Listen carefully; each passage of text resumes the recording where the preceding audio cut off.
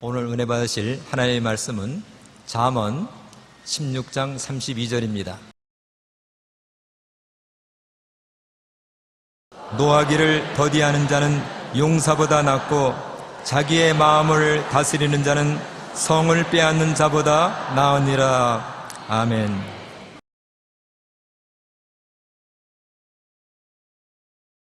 마음을 다스려야 삶을 다스릴 수 있다. 이 제목으로 여러분과 함께 은혜를 나누고자 합니다.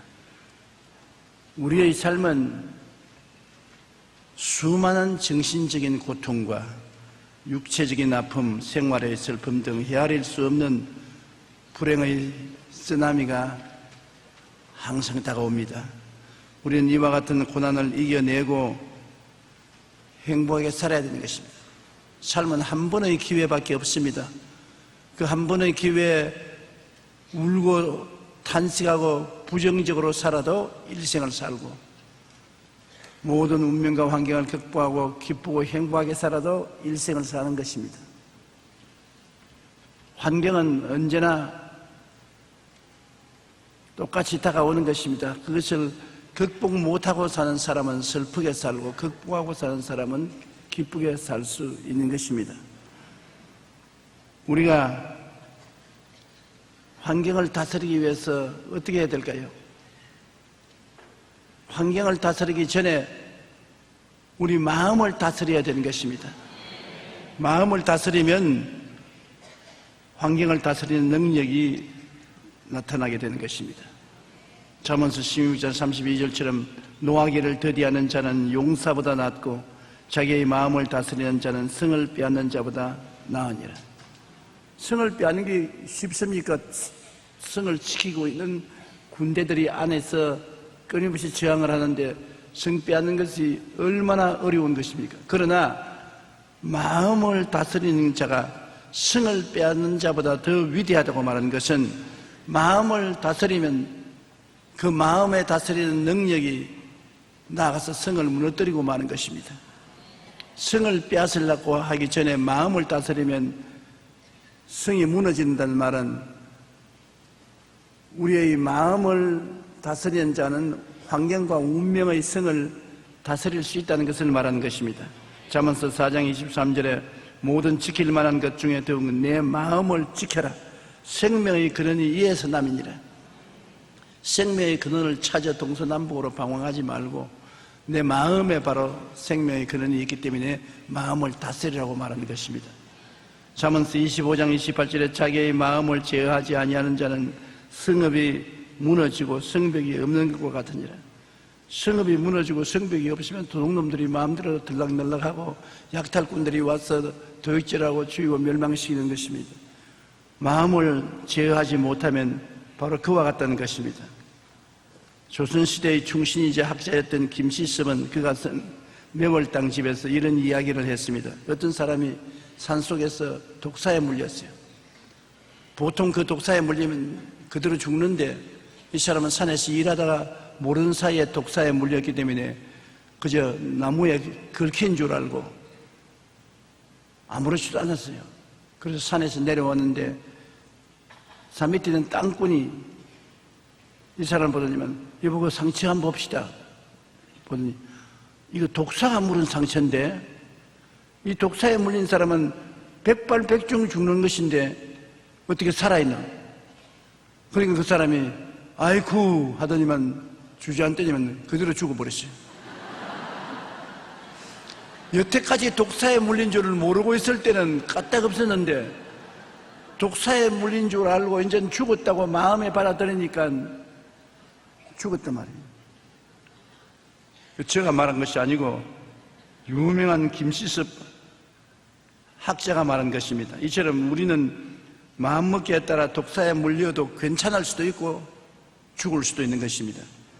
우리의 삶은 우리가 어떤 마음과 생각을 가졌는가에 따라 좌우됩니다. 그러므로 우리가 어려움을 이기고 행복하게 살기 위해서는 무엇보다도 먼저 마음을 다스려야 되는 것입니다. 마음이 정리정돈되면 환경에 따라서 정리정돈이 되는 것입니다. 마음이 어지러우면 환경을 아무리 애를 쓰고 힘을 쓰고 정리정돈해도 안 되는 것입니다. 오늘날 많은 사람들이 자기 마음은 그대로 내버려 놓고 우리 집을 다스려야 되겠다, 직장을 다스려야 되겠다, 환경을 다스려야 되겠다고 노력을 하고 애를 쓰는데 안 되잖아요. 마음이 안 다스려지는데 됩니까? 성경에는 무엇이니 땅에서 매면 하늘에서 매일 것이요 땅에서 풀면 하늘에서 풀리라 했는데 메고 푸는 것이 어디에서 합니까? 마음에서 메고 푸는 것입니다. 마음에서 메고 푸는 대로 하늘은 그에 따라서 역사해 주시겠다고 말씀하신 것입니다. 그렇기 때문에 우리는 지킬 만한 것보다 마음을 지키고 무엇보다도 먼저 마음을 다스리고 나가야 할 것입니다. 그러면 마음을 어떻게 다스리냐? 여러분, 집안을 다스리려면 집안을 청소하고 정리해야 되는 것처럼 마음을 청소하고 다스려야 되는 것입니다.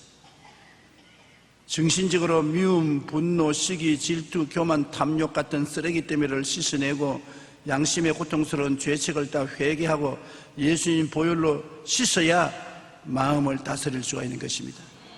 마음에 쓰레기가 잔뜩 쌓여있고 마음이 완전히 불완전하게 흩어져서 정신을 차릴 수 없는데 다스려집니까? 마가복음 7장 21절로 23절에 속에서 곧 사람의 마음에서 나오는 것은 악한 생각, 곧 음란과 도둑질과 살인과 간음과 탐욕과 악독과 속임과 음탕과 질투와 비방과 교만과 우매함이니 이 모든 악한 것이 다 속에서 나와서 사람을 더럽게 하느니라. 우리 속에 이런 쓰레기 더미가 있습니다. 너나 할 것 없이 우리 가슴을 활짝 펴고 들여다보면 쓰레기 더미가 다 있어요. 남에게만 쓰레기 더미가 있다고 손가락질하지 말 것은 내 속에 쓰레기 더미가 있는 것입니다. 그러므로 이것을 청산해야 돼요. 쓰레기 더미를 어떻게 청산합니까? 우리가 회개를 통해서 청산할 수 있는 것입니다. 요한 1서 1장 9절에 만일 우리가 우리 죄를 자백하면 저는 미쁘시고 이로우사 우리 죄를 사하시며 모든 불의에서 우리를 깨끗하게 해주신다고 말씀한 것입니다. 우리가 죄를 하나님 앞에 고백하면 깨끗하게 해주셔요. 입으로 그냥 고백해서 고백이 잘 안 되거들랑 종이를 가지고 죄를 하나 둘 적으십시오. 적어서 그 죄의 항목을 읽고 난 다음에 주님 앞에서 쫙쫙 찢어서 쓰레기통에 집어넣으세요. 그리고 마음속에 죄 다 청산했다. 그러면 더 확신이 마음에 다가오는 것입니다. 베드로전서 1장 18절로 19절에 너희가 알거니와 너희 조상이 물려준 헛된 행실에서 대속함을 받은 것은 은이나 금같이 없어질 것으로 된 것이 아니요 오직 흠없고 죄없는 어린 양 같은 그리스도의 보배로운 피로 된 것이라. 샘물과 같은 보혈은 임마누엘 피로다. 이 샘의 죄를 씻으면 증하게 되겠네요. 세상 사람이 알지 못하는 샘물이 있습니다. 세상 사람은 물질적으로 넘쳐나는 물로서 때는 씻지만은 마음은 못 씻는데 우리는 마음을 씻는 그리스도의 십자가 보혈이 우리에게 주어진 것입니다. 우리는 칼보리의 산위에 매달려 있는 예수 그리스도의 고통을 통해서 흘리신 피를 믿고 받아들임으로 우리 죄가 다 용서함 받을 수가 있는 것입니다. 우리 마음속에 더러운 죄만 자국할 뿐 아니라 부정적인 생각을 정리해야 되는 것입니다. 마음에 염려, 근심, 불안, 초조, 절망, 시기, 분노, 우울한 마음, 살고 싶지 않은 부정적인 생각, 이런 생각을 다 쫓아내야 되는 것입니다. 그래서 제가 여러분에게 나는 행복하다, 나는 기쁘다, 나는 즐겁다, 나는 평안하다, 나는 만사행동하다 이 말을 하라는 이유는 부정적인 생각을 쫓아내는 방법으로 그렇게 하는 것입니다. 많은 사람이 저보고 그런 질문을 해요. 행복하지도 않은데 왜 자꾸 행복하다고 그럽니까? 그래서 내가 하는 말은 행복 안 하기 때문에 행복하다고 말을 하거든요. 행복한 사람은 행복한데 뭐라고 행복하다고 말할 필요 없지 않아요. 행복 안 하니까 그것을 쫓아내기 위해서 나는 행복하다. 안 기쁘니까 슬프니까 나는 기쁘다. 평안하지 못하니까 나는 평안하다. 건강 안 하니까 내가 건강하다. 그래서 부정적인 것을 쫓아내는 것입니다. 부정적인 것을 그냥 두고는 마음이 정리정돈이 되지 않습니다. 로마서 8장 5절로 6절에 육신을 따르는 자는 육신의 일을, 영을 따르는 자는 영의 일을 생각하나니 육신의 생각은 사망이요 영의 생각은 생명과 평안이니라. 육신을 따라서 여러 가지 부정적 생각이 마음을 꽉 점령하고 있을 때 우리는 영의 생각을 쫓아서 예수님 이름으로 긍정적인 시인을 함으로 이를 쫓아내는 것입니다. 로마서 12장 2절에 너희는 이 세대를 본받지 말고 오직 마음을 새롭게 함으로 변화를 받아 하나님의 선하시고 기뻐하시고 온전하신 뜻이 무엇인지 분별하더라. 마음을 새롭게 해야 되는 것입니다. 낡은 마음을 가지고는 하나님의 선하시고 기뻐하시고 온전한 뜻을 분별할 수 없어요. 마음이 맑아져야 하나님의 뜻을 분별할 수 있는 것입니다. 그렇기 때문에 부정적인 생각을 정리해서 마음을 깨끗이 해야만 되는 것입니다. 리처드 칼슨이라는 심리학자로 오랜 기간 동안 심리학 치료 상담을 한 유명한 의사가 있는데 그가 이러한 일을 하게 된 것은 아주 싫었던 친구의 죽음을 보고 마음이 달라진 것입니다. 그 친구가 그는 열심으로 인생을 살겠다고 아침에 일찍 일어나고 저녁에 늦게 누우며 손실을 아끼고 열심히 일을 했습니다. 그런데 그 친구가 결혼 날짜를 잡아놓고 결혼하기 전에 들썩 죽어버렸어요. 거기에 굉장한 충격을 받았습니다. 아침에 일찍 일어나고 저녁에 늦게 누우며 그렇게 수고의 떡을 먹고 물을 마시며 고생했는데 순식간에 죽어버리고 헛되고 헛되며 모든 것이 헛된 것을 보았습니다. 그래서 인생은 쉬지 않고 고생을 하며 노력만 한다고 사는 것이 아니구나. 여유를 가지고 살아야 되겠다. 그래서 그런 상황을 방식을 완전히 바꾸었습니다. 빨리빨리 대신에 삶의 속도를 늦추고 여유를 가지면서 오히려 예전보다 더 생산적이고 더 효과적으로 일할 수 있는 자신을 발견했다는 것입니다. 나는 어떤 사람 말을 들으니까 동양 사람, 한국 사람, 일본 사람, 중국 사람, 몽고인 이 중에 한국 사람을 어떻게 골라내느냐? 그러면 가만히 보고 무엇인지 빨리 하거든. 한국 사람인 줄 알아. 한국 사람은 무엇인지 빨리 합니다. 밥도 빨리 먹어요. 일도 빨리 하고 걸음도 빨리 걷고. 한국 사람끼리 있을 때는 몰라요. 다 빨리 가니까 누가 빠른지 모르는데 외국 사람하고 살아보면 확실히 외국 사람은 슬로우예요. 그런데 빨리 한다고 반드시 일이 잘 되는 것이 아니고 행복한 것이 아니라는 것입니다. 생활에 여유를 가져라. 이 말은 제가 제일 먼저 들어야 할 사람입니다. 성격이 빨리빨리가 되어서 어제도 우리 성도들하고 밥을 먹는데 우리 권사님이 나를 탁 치면서 좀 천천히 잡수세요. 뭘 그렇게 급하게 먹습니까? 그러면서 내가 보니까 자기도 급하게 막 먹고 있으면서 날 보고 있어요. 이 급하게 먹는 위장병만 생기지 좋은 일이 아니구나.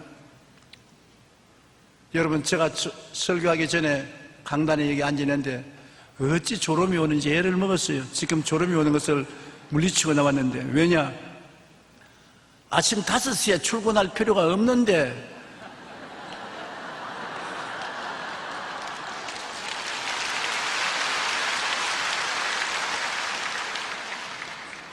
아침 새벽 2시, 3시에 일어나서 다 옷 갈아입고 4시 반이면 출근해가지고서 5시에 도착하니까 내 주위에 있는 비서실 직원들도 다 고생 죽도록 하고 눈을 부비고 왔지. 그렇게 해서 한평생을 살아왔습니다. 목회할 때는 새벽 기도하기 위해서 반드시 5시에 교회에 나와야 되고 이제 목회 그만두고 좀 천천히 쉴만 한데도 불구하고 못 쉬는 것이 성격인데 그런다고 일이 다 잘 되느냐? 천천히 7시에 일어나는 사람이나 5시에 일어나는 나나 별 차이가 없어요. 그러니 여러분은 너무 급하게 숨지 말고 여유를 가지고 인생을 사십시오. 우리가 이러한 경험을 토대로 행복의 이르기 위해서는 애쓰고 힘쓰고 빨리빨리 해야 되는 줄 아는데 그렇지가 않아요. 마음을 정리정돈하고 여유를 가지고 천천히 살아도 마음속이 행복하면 환경이 행복한 환경으로 변화되는 것입니다. 먼저 버려야 할 사소한 생각으로는 불행하다는 마음과 마음의 고통, 슬픔, 상처 등 주로 부정적인 것들을 다 제껴야 돼요. 화, 불안, 분노, 비난 등 부정적인 감정들도 지금 당장 버리고 망설이고 걱정하고 불신하고 갈등하고 조급증, 적대감 등의 행동을 버릴 때 마음이 그런 것으로부터 해방되면 행복하게 된다는 것입니다. 우리가 성공적이고 행복한 삶을 살기 위해서는 무엇보다 먼저 우리의 생각과 감정과 행동 가운데 부정적이고 소극적인 쓰레기 때문에 예수님의 보혈로 씻어내고 우리 마음을 십자가 구속의 은혜로 채워야 하는 것입니다. 아까 비디오에 보니까 몽고에 있는 애들이 그 쓰레기 더미 속에서 살고 쓰레기를 뒤지고 그것으로서 하루에 5,000원 벌어서 사는 것을 보았습니다. 사는 게 아니에요. 완전히 동물과 같이 살아요. 그런 속에서 행복하다고 볼 수 없어요. 우리는 그 쓰레기 더미 속에서 살지 않는데 바깥은 좋은 집에서 잘 정돈된 가구 갖다 놓고 살지만은 마음이 그런 쓰레기통이 되어 있습니다. 마음이 쓰레기통이 되어 있으니까 바깥 아무리 좋아도 행복하지 않아요. 우리가 마음을 정리정돈하기 위해서 항상 죄를 회개하고 자백하고 보혈로 씻고 부정적인 생각을 긍정적인 생각으로 내가 쫓아야 돼요. 나는 행복하다. 나는 기쁘다. 나는 즐겁다. 울면서라도 나는 평안하다. 나는 건강하다. 나는 잘 된다. 형통하다. 그렇게 하면은 그 생각이 우리 마음에 들어와서 반대적인 생각을 밀어내어 주는 것이니까 마음의 그런 생각을 통해서 우리가 행복할 수가 있는 것입니다. 여러분, 하나님께 기도할 때도 마음이 정리정돈되어서 기도해야 힘있게 기도가 상달되지, 마음이 아주 쓰레기 더미같이 혼잡하게 되어 있는 상태에서 기도해서는 기도 응답이 오지 않는 것입니다. 우리가 항상 마음속에 기뻐하고 견배하며 즐거움으로 꽉 들어찬 마음을 가지고 살면 마음을 다스릴 수가 있어요. 여러분, 음악가 중에 제일 유명한 음악가 여러분 기억나는 분이 누굽니까? 베토벤. 이 베토벤은 젊었을 때 예수를 안 믿었습니다. 그는 인기와 명예를 가지고 있고 수많은 청중 앞에서 박수 갈채를 받고 했지만 그 마음의 공허를 이길 수가 없어요. 마음이 허무하고 연주를 하고 혼자 집에 돌아가면 마음의 슬픔이 꽉 들어찼습니다. 그러다가 예수 그리스도를 믿게 됐어요. 예수님이 마음속에 들어오자 그 인생이 완전히 달라져 버리고 마는 것입니다. 마음의 공허가 사라지고 슬픔이 사라지고 기쁨이 충만하게 된 것입니다. 그래서 그가 교향곡 9번으로 그 4악장 일부가 찬송가 64장이 들어있습니다. 그가 은혜 받은 후 예수님 안에서 누린 기쁨을 그린 것이 바로 찬송가 64장 기뻐하며 경배하세, 이 찬송을 교향곡에 넣은 것입니다. 그는 예수님의 십자가 구속의 은혜 가운데 늘 새로운 영감을 얻어 많은 불효의 작품을 남길 수가 있었습니다. 여러분, 다 베토벤이 되었습니다. 자기의 마음에 예수님이 들어오자 주께서 마음에 주신 변화가 얼마나 큰지 그것을 음악으로 표시한 것입니다.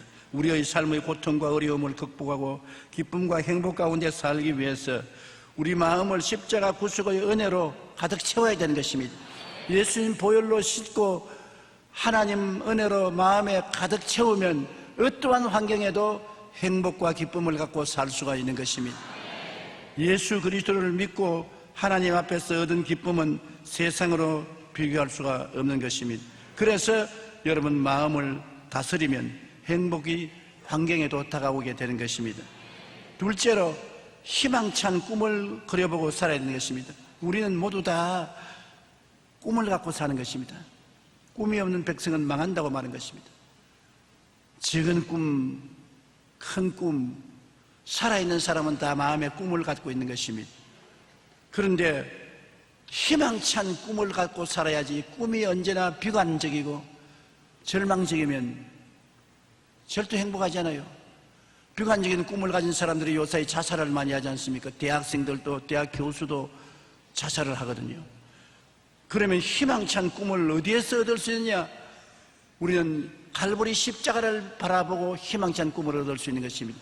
예수님이 우리의 모든 절망을 십자가에서 청산해 주었기 때문에 십자가를 바라보아야 희망찬 꿈을 얻을 수 있는 것입니다. 세상 꿈은 왔다 갔다 변화무쌍합니다. 큰 돈을 벌겠다고 애를 써서 돈을 벌고 난 다음 대개 건강을 잃어버리고 환경이 어려워지면 순식간에 돈 다 날아가 버리고 빈손 들게 되는 것입니다. 그러나 절대로 우리가 실망하지 않은 것은 갈보리 십자가에서 몸짓고 피 흘려 돌아가신 예수 그리스도를 바라보면 그 예수 그리스도 안에서 얻는 꿈은 희망차고 없어지지 않습니다. 예수님 쳐다보고 용서와 의의 꿈을 언제나 꿀 수 있고, 거룩하고 성령 충만한 꿈을 꿀 수 있고, 치료받고 건강한 꿈을 꿀 수가 있고, 아브라함의 복과 형통을 얻을 꿈을 꿀 수 있고, 부활 영생 천국의 꿈을 꿀 수가 있습니다. 꿈은 꿈이니까요. 그래서 내 영혼이 잘됨같이 범사에 잘됨에 강건하고 생명의 때 넘치게 하는 꿈을 꾸고 나아가면 그 꿈이 여러분을 그 세계로 이끌어 가는 것입니다. 여러분이 꿈을 이루는 것이 아닙니다. 절대로 그건 오해하지 마십시오. 꿈을 가슴에 품고 있으면 꿈이 여러분을 이끌어 가는 것입니다. 그렇기 때문에 꿈을 갖는다는 것은 그렇게 중요한 것입니다. 믿음의 주요 또 온전케 하시는 예수를 바라보라고 성경에 말하는 것입니다. 예수를 바라보고 나아가면 그 꿈이 우리를 예수께로 이끌어 주는 것입니다. 그래서 누구든지 그리스도 안에 있으면 새로운 피조물이라. 이전 것은 지나갔으니 보라 새 것이 되었도다. 이전의 죄악된 삶, 부패한 삶, 병든 삶, 패배와 실패, 낭패, 가난, 저주의 삶, 죽음의 고통의 삶이 다 사라지고 새로운 삶, 영혼이 잘됨같이 범사의 잘됨에 강건하고 생명을 때 넘치는 삶으로 변화되는 것입니다. 그 내가 노력하고 힘쓰고 애써서 되는 것이 아니라 꿈이 여러분을 그 세계로 이끌어가는 것입니다. 예수를 바라보고 믿으면 성령이 오셔서 그 꿈대로 여러분을 변화시켜 주는 것입니다. 그 은혜를 인하여 믿음으로 말미암아 구원을 얻은 적, 이것이 우리에게서 난 것이 아니요 하나님의 선물이라. 행위에서 난 것이 아니니 아무든지 장치 못하게 하려면 그 은혜를 인하여 믿음으로 말미암아 꿈이 이루어지는 것입니다. 수단과 방법과 노력으로 이루어지는 것이 아닌 것입니다. 그러므로 가난 대신에 복된 모습을 예수님 안에서 바라보십시오. 환경을 바라보고 나는 가난하다, 못 산다, 빈손 들었다, 그렇게 생각하고 그걸 마음속에 상상하고 바라보면 그대로 끌려가죠. 그대로 되는 것입니다. 그러나 환경을 바라보지 말고 십자가를 쳐다보면 예수님께서 십자가에서 우리의 가난과 저주를 다 청산해버린 것입니다. 고린도후서 8장 9절에 우리 주 예수 그리스도의 은혜를 알거니와 제가 부유하신 자로서 너희를 위하여 가난하게 되시면 그의 가난함으로 인하여 너희로 부욕케 하리 하심이라. 어디에서 그런 말씀을 얻을 수 있습니까? 십자가를 바라보면 예수 그리스도를 통해서 그 말씀을 얻을 수 있고, 그 말씀을 통하여 우리는 부욕하게 되는 꿈을 꿀 수가 있는 것입니다. 꿈을 꾸면 꿈이 여러분을 그 세계로 이끌어가는 것입니다. 그러므로 꿈을 우습게 생각하지 마십시오. 죄와 마귀와 고통의 종 대신에 자유로운 삶을 얻게 된 여러분 모습을 꿈꿀 수 있는 것입니다. 십자가를 바라보고 주님께서 죄와 마귀와 고통에서 여러분을 해방시켜 주시고 자유를 주신 모습을 꿈꿀 수가 있는 것입니다. 예수 그리스도의 은혜를 꿈꾸면 그대로 이끌어지는 것입니다. 사도행전 10장 38절에 하나님께서 예수 그리스도에게 성령과 능력을 기름 붓다 했으며 제가 두루 다니시며 착한 일을 행하시고 마귀에게 눌린 모든 자를 고쳤다 했습니다. 예수님은 고치는 하나님이신 것입니다. 영혼을 고치고 마음을 고치고 육체를 고치고 생활을 고치는 하나님이신 것입니다. 그러므로 그리스도를 통해서 내가 치료받고 고침받고 변화받는 모습을 상상하면 성령께서 그 길로 이끌어 주시는 것입니다. 꿈을 꾸어야 되는 것입니다. 생각과 꿈을 꾸어야 되는 것입니다. 그러면 그대로 되어요. 자꾸 못 살고 안 되고 죽는 것을 생각하면 꿈이 여러분은 못 살고 안 되고 죽는 것으로 끌고 가는 것입니다. 주님이 주시는 새로운 삶을 꿈꾸고 심신의 병 대신 건강한 삶을 꿈꾸고 하나님이 복된 삶을 마음속에 꿈꿔야 되는 것입니다. 그러면 시편 103편 1절로 5절과 같은 우리가 됩니다. 우리 다 같이 한번 읽어보십시다. 내 영혼아 야훼를 송축하라. 내 속에 있는 것들아 다 그 이름을 송축할지어라. 내 영혼 야훼를 송축하며 그 모든 언택을 잊지 말지어다. 그가 내 모든 죄악을 사하시며 내 모든 병을 고치시며 내 생명을 파멸해서 속량하시고 인자와 긍휼로 관을 씌우시며 좋은 것으로 내 소원을 만족해 하사 내 청춘을 독수리같이 새롭게 하시는도다. 얼마나 좋습니까? 이런 꿈을 꾸라고요. 제가 내 모든 죄를 다 사하여 주시고 내 병을 다 고쳐주시고 내 생명을 파멸해서 건져주시고 내 마음의 소원을 이루어주사 내 청춘으로 독수리같이 새롭게 해주신다. 이 성경 말씀을 읽고 이 말씀을 꿈꾸고 감사하면 그러한 역사가 일어나게 되는 것입니다. 시편 91편을 외우면 굉장히 좋아요. 야훼는 나의 피난처요 요새요 의뢰하는 하나님이라 하니 제가 너를 새 사냥꾼의 올무에서와 극한 연병에서 건지실 것입니다. 제가 그 기세로 너를 덮으시니 내가 그 날개 아래 가리다. 그의 진실함은 방패와 손방패가 되나니 그 다음에 놀랍지 너는 밤의 놀램과 낮에 흐르는 살과 흑암 중에 행하는 연병과 백주의 황폐케 하는 파멸을 두려워하지 아니하리로다. 천인이 내 곁에서 만인이 내 우편에서 엎드려지냐 이 재앙이 내게 가까이 오지 못한다. 말씀을 읽고 외우고 꿈꾸면 그 말씀이 여러분을 이끌어갑니다. 매일 이 말씀을 읽고 꿈꾸는 것 굉장히 중요합니다. 우리 성경 말씀 가운데 극히 우리에게 유익이 되는 것이 시편 23편입니다. 야훼는 나의 목자신이 내게 부족함이 없으리로다. 제가 나를 푸른 초장에 누이시며 쉴만한 물가로 인도하시는다. 내 영혼을 소생시키시고 자기 이름을 위하여 의의 길로 인도하시는도다. 내가 사망의 엄심한 골짜기로 다닐지라도 해를 두려워하지 않을 것은 주께서 나와 함께 계심이라. 주의 지팡이와 막대기가 나를 안위하시나이다. 주께서 내 원수의 목전에서 내가 상을 베푸시고 기름으로 내 머리에 바르시니 내 잔이 넘치나이다. 나의 평생에 주의 선하심과 인자하심이 정녕 나를 따르니 내가 야훼의 집에 영원히 거하리로다. 그것을 읽고 외우면서 꿈을 꾼단 말입니다. 머릿속에 그냥 입술에 발린 말로 말하지 말고 내가 꿈을 꿔요. 내가 푸른 초장에 누워서 만사 형통하는 꿈을 꿔요. 내가 쉴만한 물가에 나가서 마음의 휴식을 갖는 평안을 느껴요. 주님께서 내 영혼을 소생시키시면 믿음, 소망, 사랑, 의, 평강, 희락이 넘쳐나서 행복하게 되어 기뻐 즐거워하는 나를 상상해야 돼요. 크고 작은 사망의 엄침한 골짜기 집에서 늘 당하지 않아요. 집에서 가정 문제, 생활 문제, 사업 문제로 사업을 어려운 문제를 당해도 나 안 망한다. 안 망하는 나를 상상합니다. 왜냐하면 주님이 함께 계셔서 지팡이로 이끌어 주시고 막대기로 보호해 주시기 때문에 상상을 해요. 꿈을 꾸어보아요. 우리 예수 믿는 사람은 상상하고 꿈꿀 수 있는 재료가 바로 하나님 말씀인 것입니다. 세상 사람들은 상상하고 꿈꿀 재료가 없어요.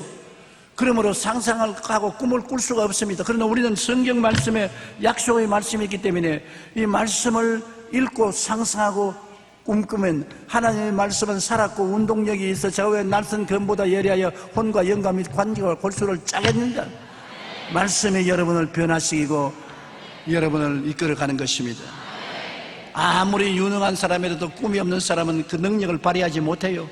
그러나 아무리 둔한 사람도 꿈이 있으면 지혜와 지식과 총명이 개발되어서 큰 일을 하게 돼요.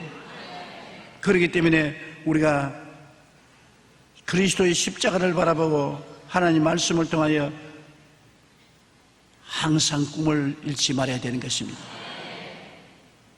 하나님 말씀을 늘 가까이 하시고 말씀을 읽고 상상하고 꿈꾸십시오. 그래서 마음을 다스리면 그 마음을 다스리는 대로 환경에 이루어지는 것입니다.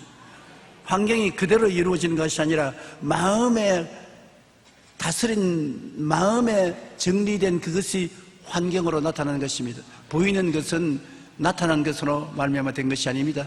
스스로 된 것이 아니라 모든 것이 마음에서 이루어진 것이 밖에 나타나는 것입니다. 셋째로 우리는 믿음을 활용해야 되는 것입니다. 마음을 다스리기 위해서는 하나님을 믿어야 되는 것입니다. 성경에는 하나님을 믿으라고 말했는데 세상 사람들은 믿을 데가 없잖아요. 지위, 명예, 권세, 돈 이런 것을 믿지 하나님을 못 믿는 것은 하나님 모르니까. 그러나 극히 어려운 일을 당하면 하나님을 모르는 사람은 믿을 데가 없기 때문에 망하고 마는 것입니다. 이스라엘 백성이 애굽에서 나올 때 바로와 온 군대가 그들을 다 잡으러 나왔는데 홍해 숫가에 와서 올 데 갈 데가 없습니다. 군대도 없고 무장도 안 되고 바로 왕의 군대를 대항할 수도 없습니다. 다 잡혀 죽을 수밖에 없습니다.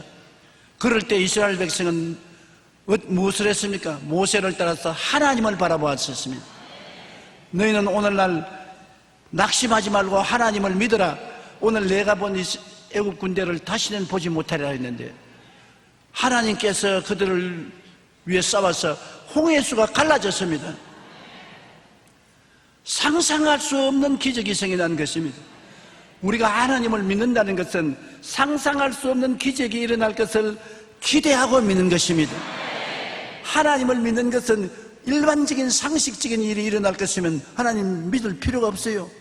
우리 감각적으로나 경험적으로나 이성적으로나 지적으로 가능한 것을 믿으면 그거는 믿음이 아니지요. 불가능한 것을 믿는 것입니다. 할 수 없는 것을 믿는 것입니다. 그렇기 때문에 내가 믿는다고 기도할 때는 반드시 기적이 일어날 것을 기대해야 되는 것입니다.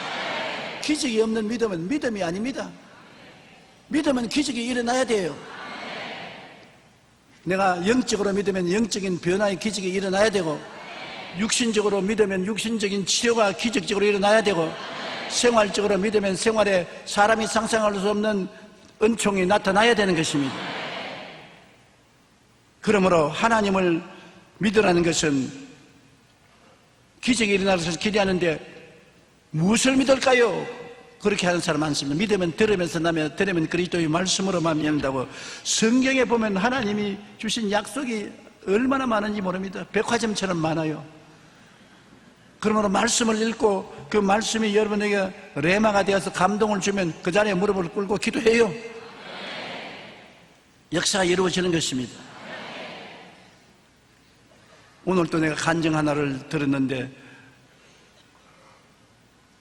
심장과 폐와 위장에 달려있는 근육이 살아있어야 심장이 뛰고 폐가 숨을 쉬고 모든 기관이 움직이는데 여기에 움직이게 하는 칼슘이 반이나 줄어져서 죽게 됐어요.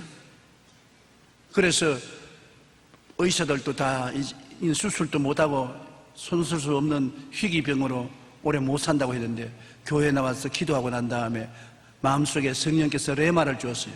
안 죽는다. 너 재산 반을 주님께 드려라. 황당한 일 아니겠습니까? 그래서 교회 목사님을 찾아가서 내가 교회 재산 반을 헌납하겠습니다. 그 과부인데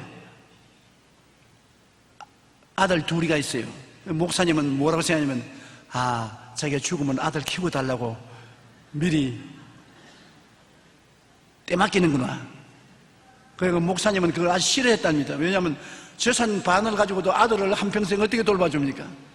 그런데 안 봐달랍니다. 그냥 집에 가지고 계세요. 아니 결코 내가 하나님께 바치겠습니다. 그래서 재산 반을 주님께 드리고 하나님께 기도하니까 또 성령께서 마음속에 말하기를 기뻐하고 즐거워하라. 기적이 일어났다. 별로 신앙이 깊은 여자도 아닌데 하나님께 그 레마를 받고 믿었습니다. 그래서 병원에 가서 다시 검사를 하니까 병원에 검사해보고 의사가 고개를 슬슬 흔들면서 뭘 먹었느냐 그랬어. 교회에 나가서 기도했다니까 아주 정상으로 돌아오고 말했다.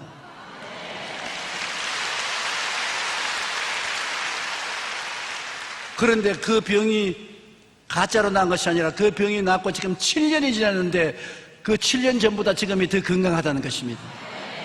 기적이 일어난 거 아닙니까? 잠언서 4장 20절로 22절에 내 아들아 내 말에 주의하며 내가 말하는 것에 내 귀를 기울이라. 그것을 내 눈에서 떠나게 하지 말며 내 마음속에 지켜라. 그것을 얻는 자에게는 생명이 되며 그의 온 육체의 건강이 됨이라. 말씀이 마음속에 들어오면 그것이 생명이 되고 온몸에 건강이 되는 것입니다. 너가 내 안에, 내 말이 너희 안에 있으면 무엇이든지 원하는 대로 구하라 이루리라. 우리는 정말로 튼튼한 백을 가지고 있습니다. 이런 하나님이 어디에 계십니까? 그러므로 우리가 예수 이름으로 말씀이 우리 마음속에 믿어지면 기도하면 하나님이 이루어 주시는 것입니다. 그렇기 때문에 믿음이라는 것은 기적을 기대하고 없는 것을 있는 것 같이 생각하고 바라보는 것입니다. 없는 것을 있는 것 같이. 눈에는 아무 증거 안 보이고 귀에는 아무 소리 안 들리고 손에 잡히는 게 없어도 내가 믿는다는 것은 없는 것을 있는 것 같이 보고 생각하고 기대하는 것입니다. 그러므로 강하고 담대할 수가 있죠. 창세기 13장 14절로 15절에 롯이 아브라함을 떠난 후에 야훼께서 아브라함에게 이르시되 너는 눈을 들어 너 있는 곳에서 북쪽과 남쪽 그리고 동쪽과 서쪽을 바라보라. 보이는 땅을 내가 너와 내 자손에게 주리니 영원하리라. 지금 내 땅이 아닌데 바라보라는 것입니다. 바라보는 법칙입니다. 바라보고 마음에 내 것이라고 믿고 선언하면 너에게 주겠다. 그런데 가나안 땅 동서남북 땅을 아브라함과 그 자손에게 다 하나님이 다 주신 것입니다. 바라보라. 여러분은 뭘 바라봅니까? 건강을 바라봅니까? 계속 바라보십시오. 그리고 믿으십시오. 기적이 일어날 것을 기대하십시오. 바라보고 믿고 기적이 일어날 것을 기대하고 입으로 하나님이 은혜를 주셨다고 시인하면 능력이 나타나게 되는 것입니다. 로마서 4장 18절에 아브라함이 바랄 수 없는 중에 바라고 믿었으니 이는 내 후손이 이 같으리라 하신 말씀대로 많은 민족의 조상이 되게 하려 하심이라. 바랄 수 없는 중에 바라고 믿는데 인간적으로 바랄 수 없는데 여러분은 바라고 믿어요. 하나님이 계시기 때문에.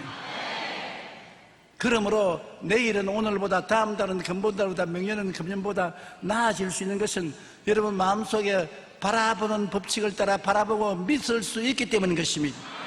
마음에 바라보고 믿으면 여러분 운명과 환경이 믿음을 따라 변화되게 되는 것입니다. 자꾸 내 팔자가 나쁘다, 내 환경이 나쁘다, 시대가 나쁘다 그렇게 말하지 마십시오. 그 모든 것은 마음을 다스리면 자동적으로 여러분 다스릴 수 있습니다. 마음을 다스리고 난 다음에 다스린 마음으로 예수 이름으로 기도하고 명령하면 큰 변화의 역사가 여러분 환경에 다가오게 되는 것입니다. 마태복음 9장 20절 22절에 12해 동안이나 혈루증으로 앓던 여자가 예수의 뒤로 와서 그 겉옷을 만지면서 마음에 이르기를 내가 그 겉옷에 손으로 만져도 구원을 받는다. 마음으로 바라봄의 법칙입니다. 아직 안 나왔습니다. 혈루병 피를 철철 흘리며 고통스러웠습니다. 마음에 내 예수님의 옷가에 손만 닿으면 낫는다고 바라보고 믿었는데 손이 대자마자 나아버렸었습니다. 예수님께서 따라 안심하라 내 믿음이 너를 구원하였다. 보십시오.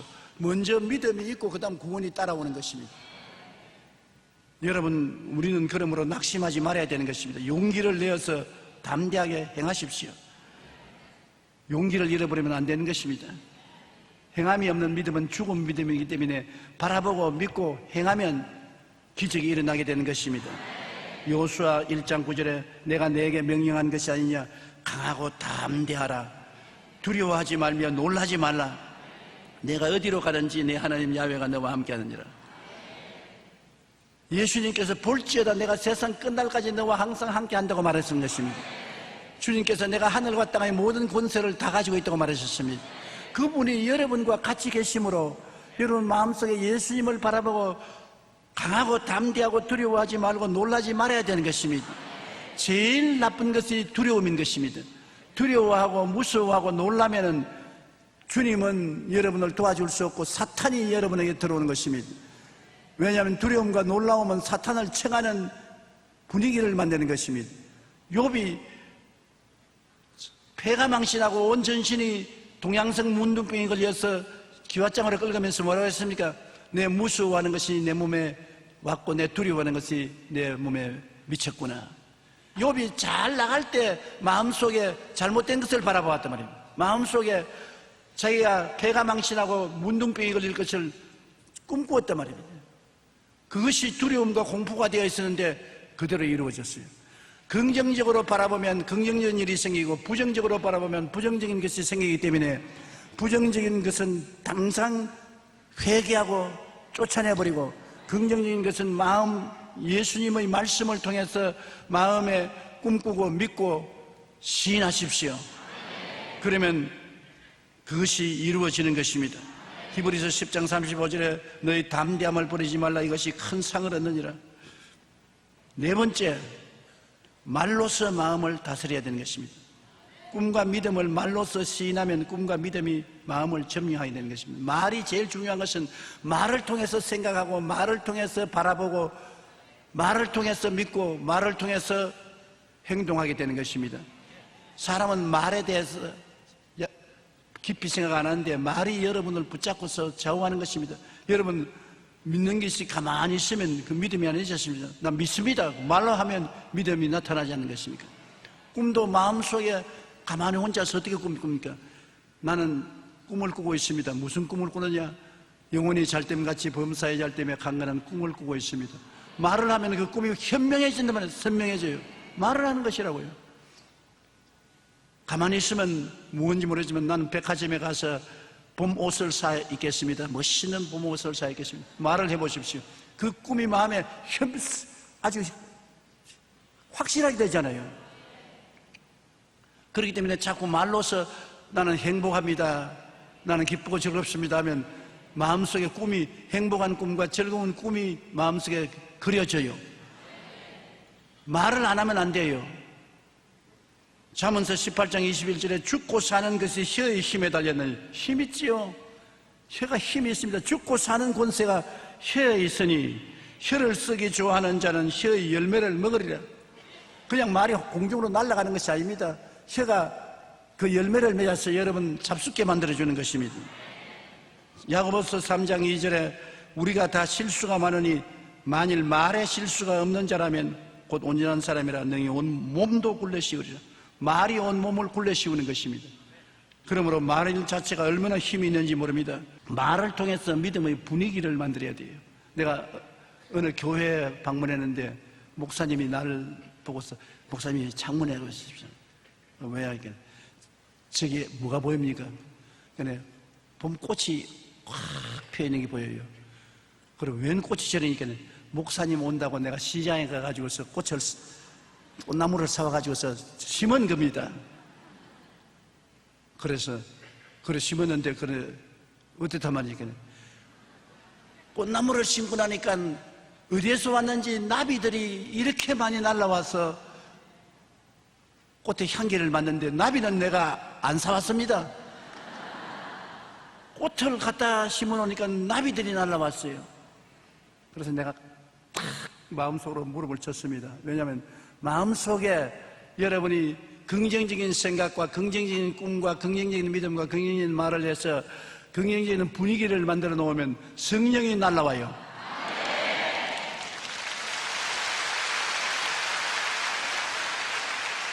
분위기가 얼마나 중요한지 몰라요. 쓰레기통을 갖다 놓으면 쥐가 와요.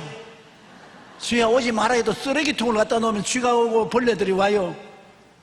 꽃을 갖다 놓으면 나비와 벌이 와요. 마음에 어떠한 분위기를 만드는가에 따라서 환경이 달라지는 것입니다. 그러므로 마음에 예수 그리스도의 보혈로 말미암아 여러분께서 영혼이 잘 되고 범사에 잘 되며 강건한 분위기를 만들어 놓으면 좋은 일이 한없이 생겨나요. 그런데 이 마음의 분위기를 잘 만드는데 가장 공로를 세우는 것이 말입니다. 로마서 10장 8절로 10절에 말씀이 내게 가까워 내 입에 있으며 내 마음에 있다 했으니 곧 우리가 전파하는 믿음의 말씀이라. 내가 만일 내 입으로 예수를 주로 시인하고 하나님께서 그를 죽은 자 가운데서 살리신 것을 내 마음에 믿으면 구원을 얻으리니 사람이 마음에 믿어 의에 이르고 입으로 시인하여 구원에 이르느니라. 아무리 마음에 믿어도 말 안 하면 구원에 이르지 않아요. 처음 믿는 사람이 일어나서 기도를 따라하라는 이유가 거기 있는 것입니다. 믿음으로 일어났지요. 그러나 내 말을 따라해야 구원을 받는 것입니다. 말이 그렇게 중요해요. 마음의 긍정적인 분위기 속에 하나님께 집중적으로 기도하면 기도가 효과가 있는 것입니다. 마음이 부정적인 데서 기도 아무리 해봤자 기도가 하늘에 상달되지 못하여 공중 권세 잡은 마귀에게 막히고 말아요. 마음의 긍정적인 분위기가 되어서 할 수 있다, 하면 된다, 해보자, 주님이 살아계신다, 나를 도와주신다, 주님이 이루어주실 아름다운 꿈을 꾸고 믿음으로 주님께 주여 하고 부르고 기도하면 기가 막히게 응답이 다가오는 것입니다. 여러분, 오늘 이 설교 듣고 난 제가 마지막에 우리 주여 3번 부르고 기도할 때 그때 응답받는 게 되는 것입니다. 마음의 분위기가 만들어졌으니까, 환경이 만들어졌으니까 기도가 하늘의 능력에 상대되는 것입니다. 아무것도 염려하지 말고 다만 모든 일에 기도와 간구로 너희 구할 것을 하나님께 감사함으로 하나님께 아뢰라. 그러면 모든 지각에 뛰어난 하나님의 평강이 그리스도 예수 안에서 너희 마음과 생각을 지키시라. 우리가 마음에 생각이 평강으로 꽉 들어차서 기도하면 모든 일이 다 이루어진다고 말씀해 주시는 것입니다.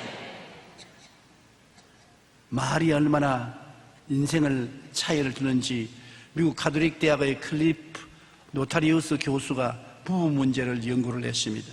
그 연구에 의하면 백년 해로를 한 부부나 파경을 맞는 부부가 살면서 부부 싸움하는 것은 별 차이가 없대요. 백년을 해로해서 인정 있게 사는 부부나 싸워서 헤어지는 부부나 보면 싸움 횟수도 별로 다르지도 않고 싸움도 똑같이 부부간에 싸운다는 것입니다. 인정했다고 안 싸우는 부부는 없어요. 아무리 네 입에 내 밥, 내 입에 너 밥을 먹어도 싸워요. 한 어머니 아버지 뱃속에서 나온 형제들도 싸우는데 남남끼리 모이는데 안 싸울 때가 어디 있어요. 그런데 어떤 사람은 싸워도 곧 화해되고 이혼까지 안 가는데 다른 부부는 싸워서 파경에 이르러서 이혼까지 하는 이유가 어디 있느냐. 가만히 이 대학 교수가 조사를 해보니까 말에 있더랍니다. 말. 그런데 싸워도 곧 화해가 되고 파경에 이르지 않은 부부는 싸워도 자기의 마음에 입은 상처를 이야기하고 상대방의 마음을 핥히지가 않아요. 내가 섭섭하다, 내가 기분이 나쁘다, 내가 괴롭다, 내가 고통스럽다, 자기에 대해서 이야기하지 당신이 나를 괴롭게 만들었잖아, 나를 섭섭하게 만들었잖아, 당신 때문에 내가 못 살아. 그러면 전부 책임을 남편이나 아내에게 덮어씌우기 때문에 뭐 어때고 어때? 반발이 생기는데 나는 섭섭해요, 나는 고통스러워요, 나는 괴로워요.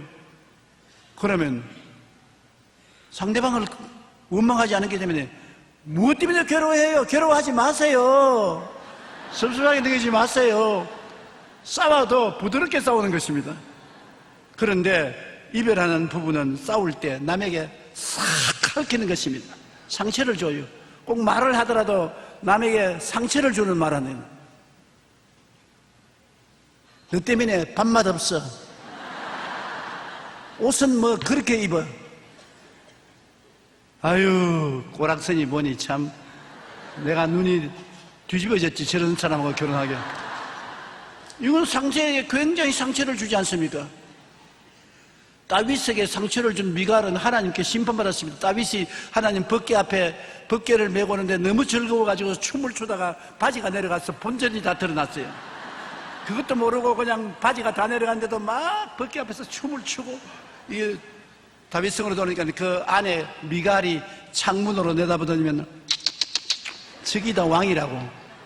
그래서 다윗이 백성들을 보내고 난 다음 집안 식구들을 축복하기 위해서 들어오니까 아따 오늘 당신 참 영화롭게 짝이 없더군요. 일국의 왕이 바지가 내려가고 본전이 나타나도록 춤을 추고 뛰고 굴리고 참 눈꼴이 사나워서 못 보겠다. 말을 잘못했어요. 다윗이 화가 났습니다. 뭐냐? 그래, 너 아버지를 사울을 하나님이 죽이고 그 나라를 빼앗아서 내게 주신 것이 너무나 고마워서 춤추었다. 어떨래? 상식 있는 말 아닙니까? 그래서 다윗이 그 이후로는 미갈하고 같이 생활을 안 했습니다. 평생에 자식이 없이 외롭게 살다가 죽었습니다. 말이라는 것이 여러분 시가 되는 것입니다. 그러므로 여러분도 오늘 집에 가서 오늘부터 싸우거든 절대로 상처 입은 말 하지 마세요. 안 되거든. 자기를 하죠. 내가 보는 눈이 나빠서 당신이 옷을 입었는데 잘 입은지 뭔지 모르겠구나. 그러면 그 부인이 내가 옷을 잘못 입었나? 요새 입맛이 없어서 음식이 잘 안 먹어진다. 그렇게 말하는 거고, 솜씨가 왜 이 꼬라지냐? 먹을 수가 없다. 또 먹을 수가 없어. 그렇게 말하면 얼마나 상처를 입습니까? 내가 입맛이 없다면 부인이 내가 솜씨가 없으니까 좀 열심히 잘 음식을 만들어야 되겠다. 그런 생각 나거나 아닙니까? 그러나 욕을 하면 맛없게 만들어서 주고 말아요. 내가 변화를 받으면 내 변화 때문에 상대가 변화를 되는 것입니다. 부인이 변화되니까 남편이 변화되고, 남편이 변화되니까 부인이 변화되고, 상승작용을 해서 좋은 가정이 되었다는 이야기가 있는 것입니다. 그러므로 말을 여러분 잘 사용하면 가정도 행복하고 생활도 행복해질 수가 있는 것입니다. 우리는 믿음의 분위기를 마음에 유지시키며 늘 긍정적인 분위기 속에 하나님께 기도하면 하나님이 능력의 말씀으로 축복해 주시는 것입니다. 우리 기도드리겠습니다. 하나님 아버지, 마음을 다스리는 자가 환경과 운명을 다스릴 수 있다고 말씀하고 있는 것입니다. 우리가 마음을 다스리기 위해서 회개하고 긍정적으로 생각하고 하나님의 성령의 은혜가 마음에 충만한 분위기를 만들 수 있도록 믿음으로 살고 감사함으로 살 수 있도록 도와주시옵소서. 아버지 하나님, 마음을 다스리는 자가 성을 빼앗는 것보다 더 낫다고 말해서 사오니 우리의 환경에 모든 흑암을 물리치고 축복을 가져오기 위해서 먼저 마음이 축복으로 충만하게 도와주시옵소서. 예수님 이름으로 기도합니다. 아멘.